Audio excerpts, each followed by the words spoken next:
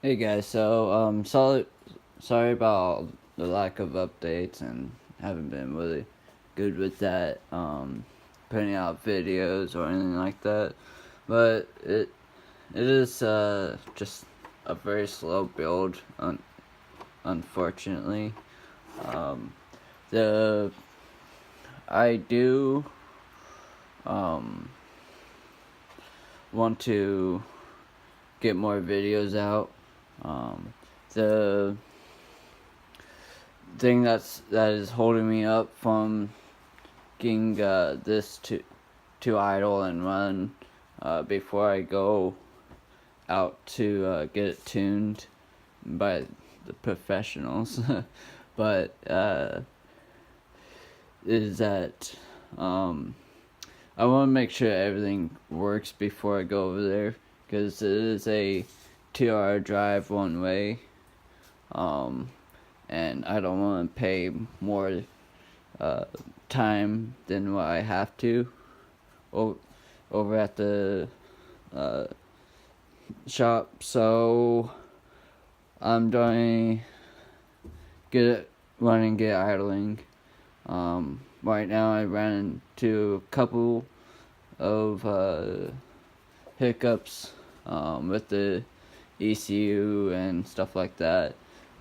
So with these 2000 coils, they to have the mag script read those coils or make those coils work, I would have to put a kit in to the mag squirt,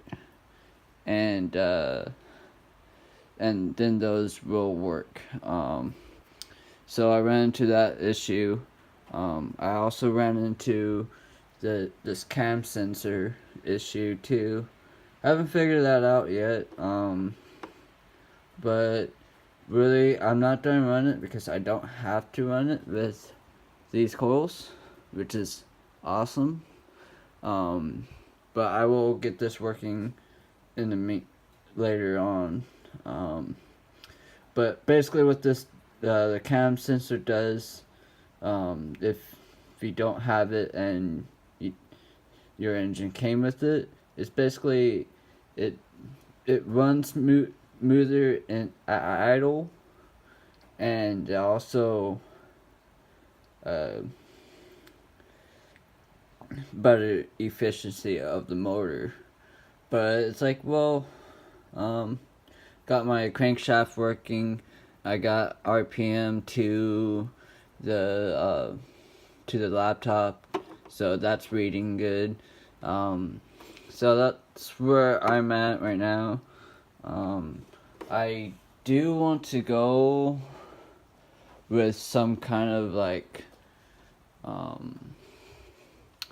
it's called, water to air intercooler, since I don't have too much room down in here to put a intercooler or air to air, and also a small water cooler for the water to air intercooler. So I have probably about inch and a half or something like that at this point, but it comes up in angles, so might work. Also, got my right band in, O2 sensor. I also want to go ahead and change the this out, pretty much the whole entire thing. I want to go ahead and do a hydro boost, master cylinder and booster, pretty much. That will actually put this back farther into the firewall, so that would be better with the heat coming off of the exhaust pipe, the downpipe, and I got a muffler. I have to because of these neighbors. Hey. So, also, well, I also learned that the grounds, I had all the grounds hooked up to this bolt, this right here, to the head, and when running, like, these wires here, for the coils, and having them right by the spark plugs, all the grounds, it will send a false reading in the ECU. So I moved to the intake bolt over there. So that would be a good place. I also ordered a gym stick, well, 2 gym sticks, for the ECU, so that might be easier to get it tuned. What else? Oh yeah, I got a knock sensor module to put in the ECU. So that'll have a knock sensor. I have to wire that in, which kind of sucks because it's basically all wired already. But I need it. I need a knock sensor in this. So since the Meg Squirt is has built-in Bluetooth, and since pretty much all my gauges here, I'll have basically no gauges because can't really use it with the Meg Squirt. You can use so the Meg Squirt is Bluetooth, so you could just Bluetooth to your iPad or tablet, but to run the program of Meg Squirt, which is Tuner Studio, it is there's no app or anything like that for phones or so it has to be a computer. And I was looking into it. Might be going to a Raspberry Pi with like maybe a 7-inch screen, and that would be basically built in to right here for right now. So that's kind of what's going on. Just wish that I could get this thing running this month, but yeah, unexpected things comes up a lot. But this is like actually my first time in doing Mega Square, so or even tuning an engine from pretty much scratch. That's all new to me, so I'm learning as I'm going in a way, which kind of sucks, but so yeah, this so, and also I'll I'll clip in another video. I don't really want to get down onto there. Yeah, so this is how close I have the exhaust to my drive shaft. I barely could even fit a finger in there right there. Even though as the drive shaft goes up, it will still hit all the way up here into it. I could possibly go ahead and pound, make dents all the way into here, but still, even when going to Dana 60s or a Dana 44, the drive shaft will most likely be more bigger in diameter in round. So even there, that, and even if I extend the front axle another 2 inches, I still will have this problem. So yeah, I have no idea. The only thing I could really think of is doing Ford ISF, which is twin traction beams, and just go 2-wheel drive. But I'm still very, very how to word it, don't know what to do with the front right now. Kind of sucks. And even then, as here, my upper control arm, that will hit too if I don't take that off. Maybe I could get a better view of it. Yeah.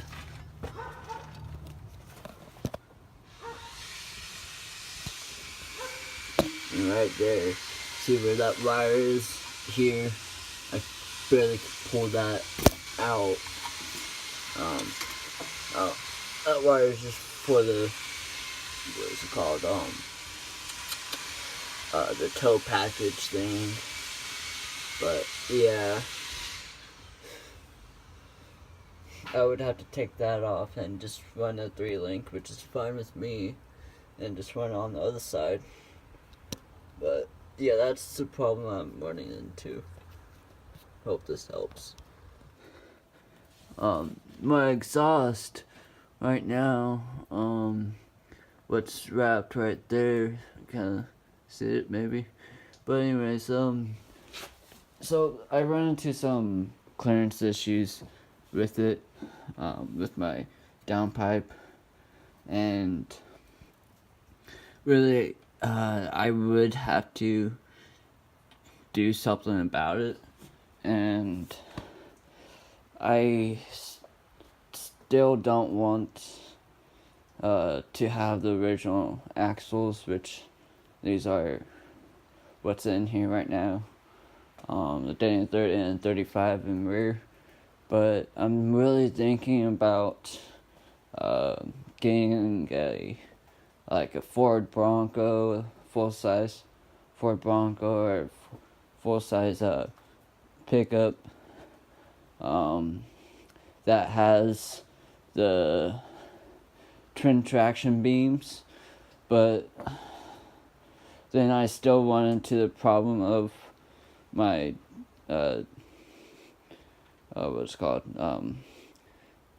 the drive shaft, because if the axle moves up, it will hit the exhaust, the downpipe. So I'll still run into that issue. If I do a just 2-wheel drive, which I don't really want, but if that be my option, it would be easy and cheap to actually build. So that's kind of the thing with the front suspension. Still want to move the axle forward for like another 2 inches, and the rear back 3 inches. The rear I'm still still thinking on. Ultimately, I really want to go to a trailing arm 4-link, and one. So with like a Dana 60 or a Ford 9-inch, I really don't want to go any higher than what I have on here, which is a 4.5-inch lift. So I want to keep it kind of low, but also wide. If I do uh, uh, the twin traction beams from the Ford, I would like it to have travel. I would like to actually find a way to go ahead and run coilovers or OIs. I'm still thinking on that. And run those, but like OIs, they're nice, but they have different, like you have like bump stops in OIs, and you have to buy that if you go coilovers. So yeah, that's kind of what's going on. Yeah. I actually went ahead and cut that off because after it was sitting for some time and was actually hitting the fan a little bit, the electric fan. Oh yeah, and also I got a wire loom and what's it called? Wire loom and heat shrink to cover up all these wires once I figure out everything's running right, because I don't want to put that on and find out that the engine's not. I have to go back and take all that out and trace down wires or stuff like that. So yeah, that's kind of what's going on. I dig it. My breather tubes over there, and also do need to go ahead and get crap. I don't have one. The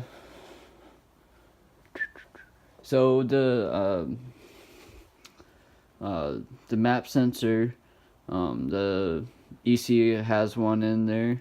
Can run another one and run more boost that way, but I don't really see me going over 20 pounds of boost with this engine. But be cool to see the limits of what this engine could do. Saw a 4.7 on a dyno doing over 700 horsepower, just over, and it was turboed. It's like, jeez, that's fucking awesome. Now I'm just rambling. But also the one thing I need to go over with is that the fuel system for this, I do have bigger injectors here. I just have the plug wires off for right now. These are 42-pound injectors, LS injectors. But I'll probably do a feed well later. That would be kind of cool. Make custom feed well. But so what I was getting, the fuel pump. So I'm still running the stock fuel pump. I'll probably be almost maxing out these injectors. So that's another thing I need to look into. And if I do go with the fuel pump, I'll probably be going with a fuel cell with it. And the what is it called? Oh yeah.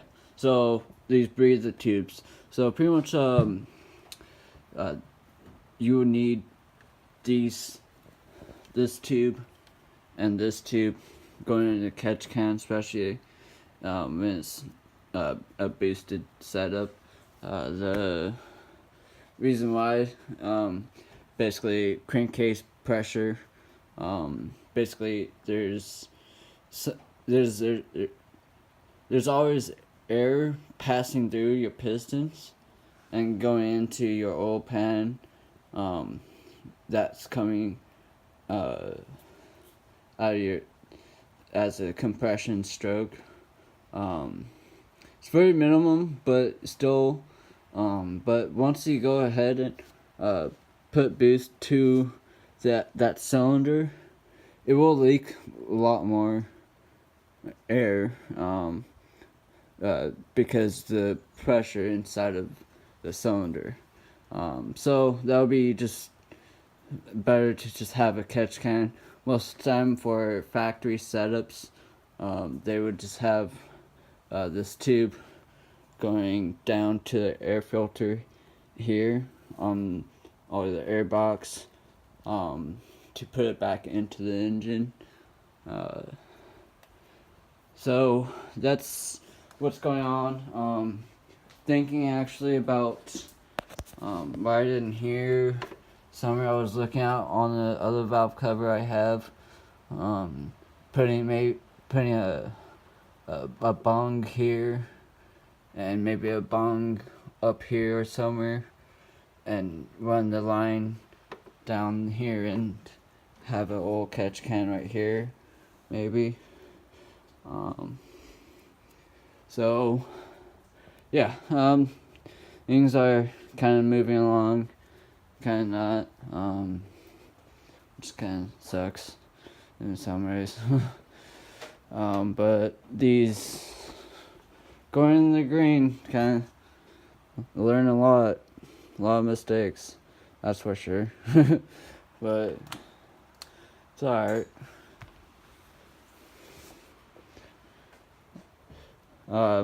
So the what's it called? The Hydro Boost, basically how the Hydro Boost works, and it is better than a vacuum booster, or even if I go with the better vacuum booster from, I think, a 91 and up Cherokee, it's actually thicker right here because it's dual diaphragms. This is only a single, and it will push this one out for probably about right there. So it's like, well, alright, so that option is basically gone, and the next upgrade that I only could see is that a Hydro Boost. So the Hydro Boost basically is a hydraulic to help you stop for the pressure. And basically, I kind of was looking into this maybe a year ago or so, something like that. The newer pumps, steering pumps from like a 2000s and up, they actually flow a lot more in them. I may go that way. But anyways, so pretty much it takes the pressure and still runs. The steering pump is still running the steering there, but also tees in. But anyways, so the pressure gets teed out from here and goes to your Hydro Boost. Then there's another line coming on the other side from your Hydro Boost and going to the basically exit. So there's pressure and there's a drain, pretty much, and that's basically the hardware in what you need to set up for one. kind of, but I'll go over that. And another thing I want to talk about is that I want to do something kind of like interact with you guys and stuff like that. And really like the forums are going to shit now. And I want to